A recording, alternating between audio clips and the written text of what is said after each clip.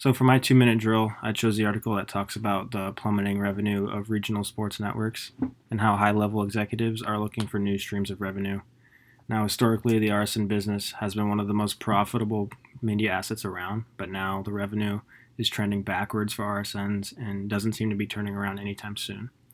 Now, the situation isn't bad enough yet to where there's a panic at the team level, but it has caused executives to actively reach out to consultants and find new streams of revenue. And right now, tapping into the streaming world seems to be the plan around the sports industry.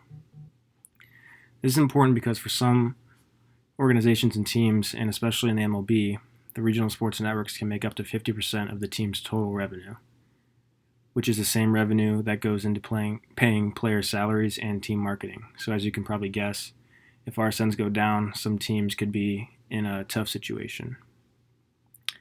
This is also a challenge because leagues and teams executives need to figure out a way to preserve the current revenue from the RSNs while also preparing to offer a streaming service.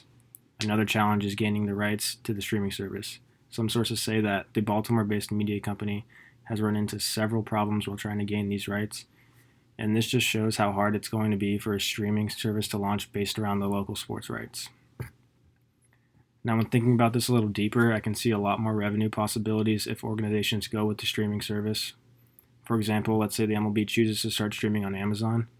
I think there's a real possibility that Amazon comes along and says, hey, we'll pay you X amount of dollars if we can advertise our services during your broadcast. And I think honestly this will create tons of more revenue and possibly even more revenue than the RSNs ever could.